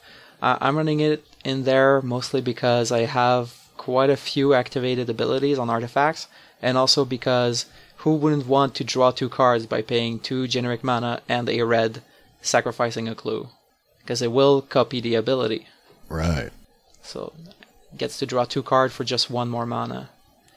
And that's actually a blue card. Drawing at instant speed, two cards for 3 mana, that's a very blue card. But in the grand scheme of all, Kirkesh is kind of suboptimal for the end result of the deck. That's why he would not make the cut in the as planned. Right, and ideally you're replacing Kirkesh with something that's even better at drawing cards. Ideally, yes. Yeah. So next cut is Mwanvuli Beast Tracker, which is a 2/1 green creature that tutors your library for another creature card that has Death Touch, Hexproof, Reach, or Trample. I don't have many of those keywords, the main one being Hellkite Tyrant has Trample, and it puts it on top of your library, so it's a little slower and clunkier. And it lets everybody know what's coming. And it lets everybody know. But if he has a surplus of clues, he could actually instantly draw it. Yeah, and also it's a non-bow in Riku, because if you copy him, you're going to search, put on top, and then you're going to search, put on top, and shuffle. So you don't stack the top of your deck, you shuffle in between each search. So he's... the Mwanvuli Beast Tracker is a nice budget tutor, but it's not... Once you get yourself into a better planned deck, he's maybe not optimal. Okay, the next cut is Woodland Bellower, which is like a green version of Sun Titan. When he comes into the battlefield, you tutor for a creature card of power 3 or less and put it directly onto the battlefield. Wow, It's nice. converted mana cost 3 or less, isn't it? Converted mana cost 3 or less. Yeah, he gets me my Tireless Tracker 90% of the time. Okay, so it's a 6 mana tutor for Tireless Tracker. Yeah, so it's 3 mana for a Tireless Tracker and a 6/5. Well, it's 6 mana total, but since you get 3 free mana, Right. it's nice. It's nice, but in the bigger scheme of things, once again, it's very limited in its scope, and I'm trying to be able to go wider with my choice of tutors and wider with how the deck will work. And also 6 mana is harder to copy with Riku. Right. And what is he looking to replace them with? He wants to add Clever Impersonator, which I can see that working because it can copy one of your doubling enchantments. Yeah. There's an artifact creature alternative called Phyrexian Metamorph, but it won't let you copy enchantments. Yeah, and I think in this case the extra mana is probably worth it, because if you can get 2 enchantment doublers or investigate enablers, that really helps. Besides, Bear with me for best case scenario. Well, no, Clever Yeah, Impersonator isn't even best case scenario, right? Yeah, but bear with me for best case scenario mentality. Yeah. You double up on the Clever Impersonator with Riku, and you get yourself 4 doubling seasons.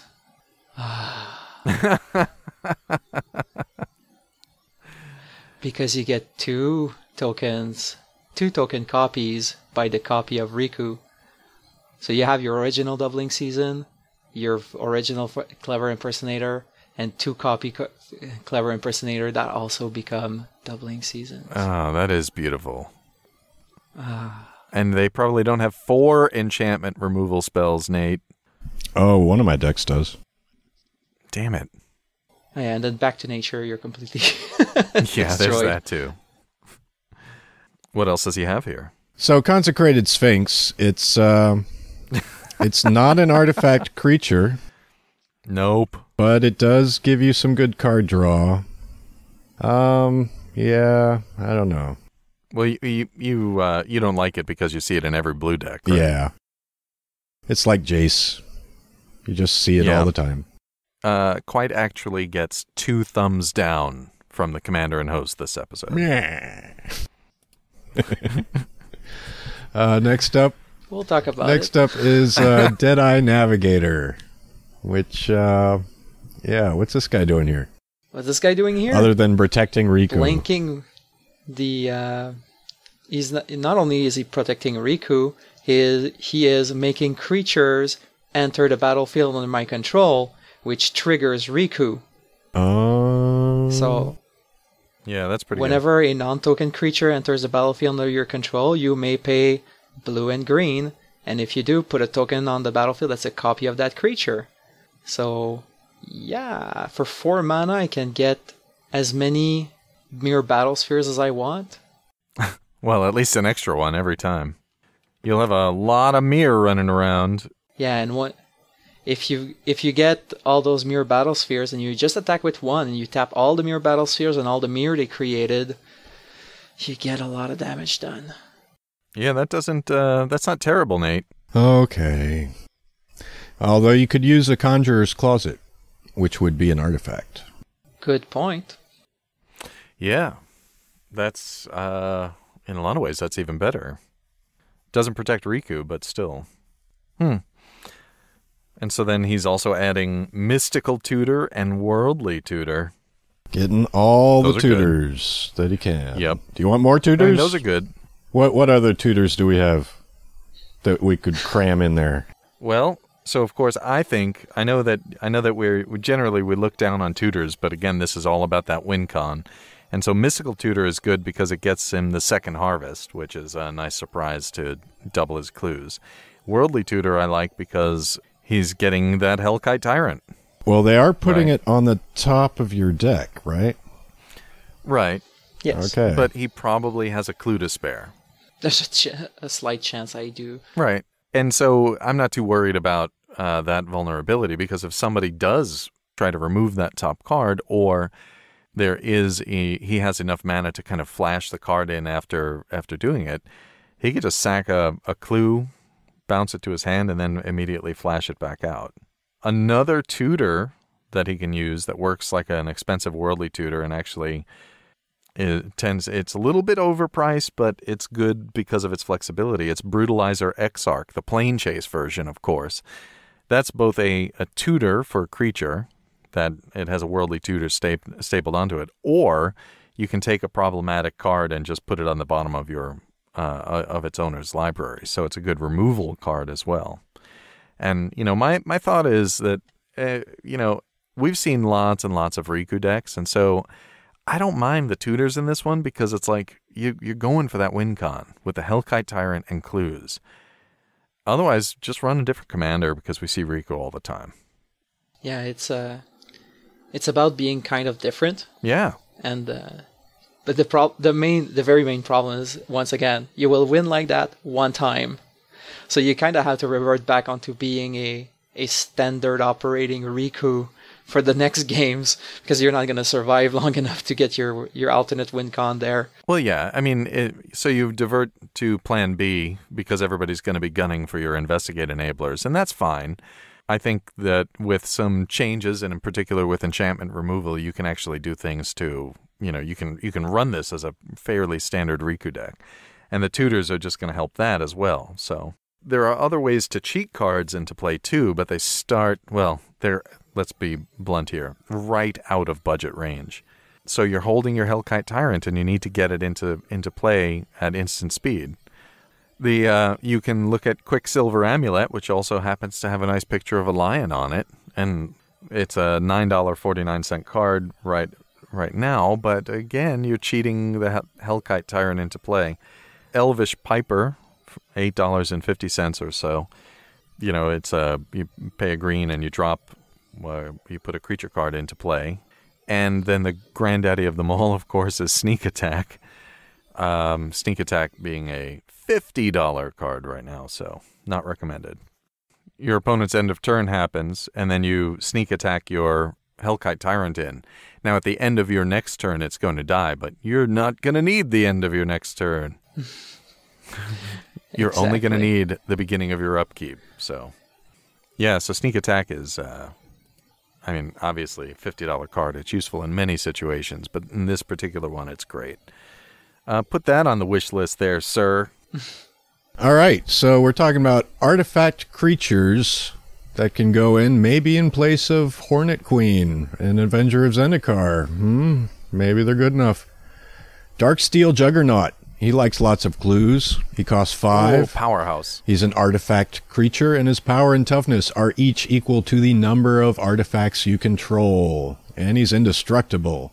So if you need a backup for your Megatog, he serves a similar role with a similar synergy with the deck. He's about $1. Next up is Broodstar, and no, that's not a GPS system for your card in the voice of Robert Smith from The Cure.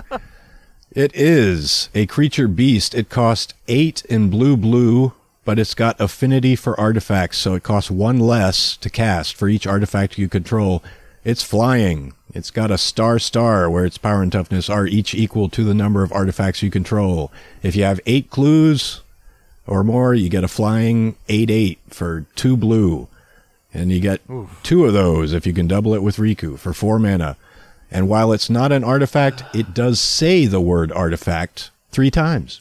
And the picture is a flying giant fish crab with laser face. This looks like he's vomiting a laser. That is crazy. That's awesome. It's just for the artwork only, it would be worth it. Laser faced. Also, many eyes and tentacles on that creature. He's got the Emrakulian hover fingers. Is that It does. from the original Mirrodin block? Possible. Yes, it is. This is definitely a Phyrexian precursor. Excellent. So if you're already using doubling enchantments, some of these are pricey. We got Wormcoil Engine. It's a classic. It's about $17. When it dies, you get 2 artifact creature tokens. Hangerback Walker is a pretty recent. It's about $8. It's an artifact creature. When it dies, you get a swarm of tokens. Then there's Thopter Assembly, which costs 6. It's an artifact creature, and if you can keep it around for a turn, then you get a swarm of Thopters, and it's just for gumballs. Now, if you want a different kind of artifact token, there is Goblin Kaboomist for 1 and a red. It's a 1/2 creature goblin warrior, and at the beginning of your upkeep, put a colorless artifact token named Landmine onto the battlefield, and it does stuff, but who cares? This guy costs a gumball. The card says artifact 3 times, so it counts. And Hellkite Tyrant might want something that makes an artifact every turn, starting on turn 3. Yeah, landmines. Yeah, that's a great card, Nate. And then there's Very funny. Kuldotha Forge Master, which costs 5. It's an artifact creature, and you can tap it to sacrifice 3 artifacts, search your library for an artifact card, and put it onto the battlefield. Then shuffle your library. Costs about $2, and it's similar to, and sometimes better than, Tamio's Journal Last Ability. You know, I'd actually probably go search for a Tamio's Journal with that Yeah, ability. you would. That first time I used that ability. Yeah. Well, that's a good inclusion, Nate. So now we get to the final card that we're going to talk about. Why is Jace Unraveler of Secrets in the deck? Well, first of all, I opened them in one of my sealed pool for the pre-release, and I looked at it, and there is a lot of value in that card. The plus ability filters your draw. You scry one. If you don't want it, get at the bottom. If you want it, leave it on top. You're going to draw it, because scry one and draw. Second ability, makes you recycle a creature, one of your own creature, for Riku to reuse, or it clears the way for Megatog to kill someone. And the ultimate, if you have Doubling Season out, he will ultimate and survive, and the emblem he gets is just back-breaking, because that emblem that your opponent's first spell each turn gets counterspelled is insane. That's annoying. Yeah, it's glass spinner for everything. They try to disrupt you on your own turn. It costs them 2 spell to do it. They try to play something in their turn. They have to first play a less desirable spell to be able to do what they want to do.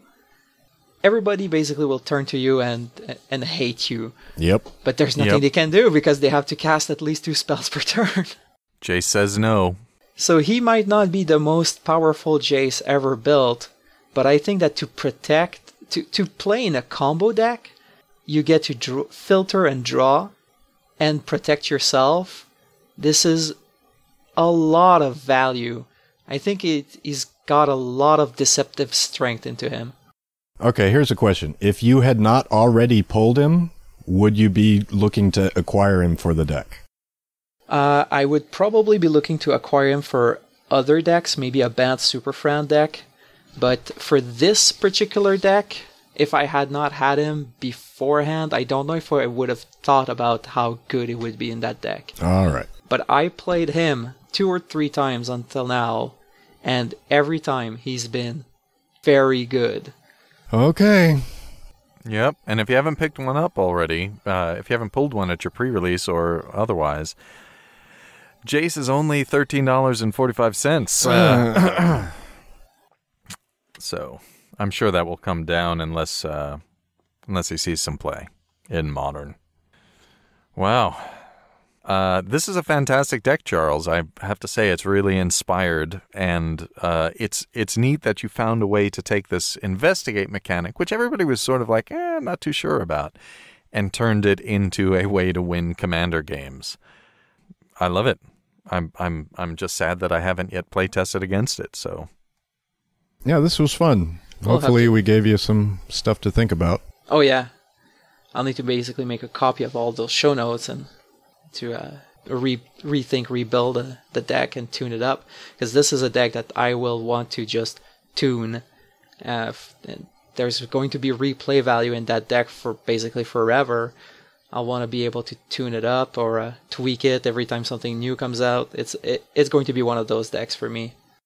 Yeah, absolutely. I can see you're going to be pulling cards in and out, and in particular because of the importance of artifacts to Magic overall. I think each set you're going to find something that at least is a candidate to insert and replace something here. Well done, sir. This was fantastic. As soon as we saw your list, we really just wanted to pull you on and talk about it. This is great. There's something you got to look out for, though, isn't there, Nate? Yeah, there's a message of the week. The card is Leyline of Singularity. 2 blue enchantment. If Leyline of Singularity is in your opening hand, you may begin the game with it in play. All non-land permanents are legendary, and it just costs gumballs. So there's only one thing of each name allowed on each person's board. There are no copies of anything. There are no swarms of tokens. There's just one token. One token. You know what? We'll have to start playing that more if we play more with Nick Jaragoski. That's actually very good against him. Yeah, I was just wondering why we don't see a lot more Leyline of Singularities out there. Maybe because I didn't even know that card existed until I looked at the show notes. Yep. Well, especially... Wow. And that's why you're going to want some enchantment removal in your deck. Oh, yeah. Oh, yeah. Wow. I look forward to seeing how much enchantment removal you put in. All of it. So, a lot of people have been wondering where to find our deck lists, Nate, and in particular, these two can be found on deckstats.net by searching for commanderin.mtg.podcast. This one is also in our guests folder, and we have links to them, which will be in the show notes. Charles, speaking of how to find things, Charles, how can people find you on the internet? Well, on Twitter, I'm at Charles_Moore, M-O-R, no E at the end. And you can message me there. You can tweet at me. I'm very active. It's about half wrestling, half MTG, because I'm a big wrestling fan. Oh, yeah, we didn't even touch on that. It was part of my titles. Oh, hopefully it makes sense now. True, true. Yeah. And we've already had one of the patrons of the show, Jackie. She posted and she says she's excited and might have to build this deck. It really is a cool deck. As soon as you began posting in the deck testing group, I was like, oh, man, I want to build this, but nope, it's got to be Charles. So, way to go. It's very fun. Yeah, it is a lot of fun. I'm super happy because I was very hyped for that deck, and it came together. It came together well, too. Yeah. Everyone else, Charles is not just our guest, but he's one of our listeners, and that's how we met him. We met him online. And it just goes to show we love talking with listeners and viewers because, of course, we have a YouTube channel. Charles, thank you so much for agreeing to come on the show even. And thank you so much for listening. It's wonderful. I'm so glad we met. Oh, thank you for inviting me. It was a big honor to be a guest on the show I listen to week in and week out. Yeah, it's we're fans of a bunch of other shows too, and when we have a chance to talk to them, we're always excited. We know what it's like to be fans and then come on a show. And so everybody else, please take the time, contact us, send us email, follow us on Twitter, and by all means, make sure that you have Skype installed, and we'll show you, go back to our tech episode, and maybe we'll show you a couple of the decks that we're playtesting. Pretty much every night there's some playtesting going on, and with Johnny Crass joining recently, that has increase the number of people who are just maniacs for playtesting. Even Nick Jaragoski manages to take a break from taking care of Jackson to come on and beat us up with some tokens. Oh, ley line of singularity. Our theme song was created for the podcast by Nate Burgess. Do we know him? Mm-hmm. Our logo was created for the podcast by Mr Picto, who can be found at mrpicto.co.uk. with assistance from Kelle DeLuca. Special thanks to our tech whizzes, Jessie, Thomson, and Graham Frank, and to Justin for his server space. As we come up on our 1-year anniversary, we could not have done it without these people. Thank you so much. And of course, very special thanks to all of our patrons on Patreon. In particular, Robin, Alex, Bradford, Jackie, and now Hunter, Sean, who's not our Sean Watson, and Nick, a different kind of friend of the show. You can find us by going to patreon.com/commanderin.mtg. You can reach us by going to our website, commanderin.mtg.com. Our email address for all of those complaints, although complaints should go to Sean, all the recommendations, what we missed, tell us how we got something wrong, is cast@commanderin.mtg.com. Individually on Twitter, I'm at Ketjack. I'm at Mr. Plorg. And Sean is still at Copain26. And I think as a special treat, Nate, because we miss Sean until he gets a new computer, he's going to be out of band for a bit. I think we should put that special interview that Sean happened to capture. What do you think? All right. And Mr. Moreau, if you would take us out, please, with and that's our show. And ladies and gentlemen, that is our show. All right.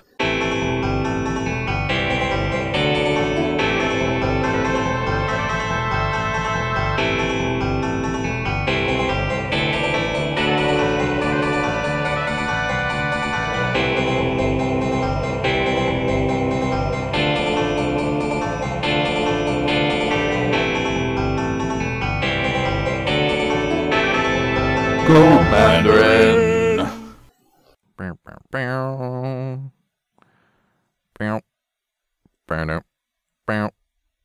A dead cat is a wind guard on the mic.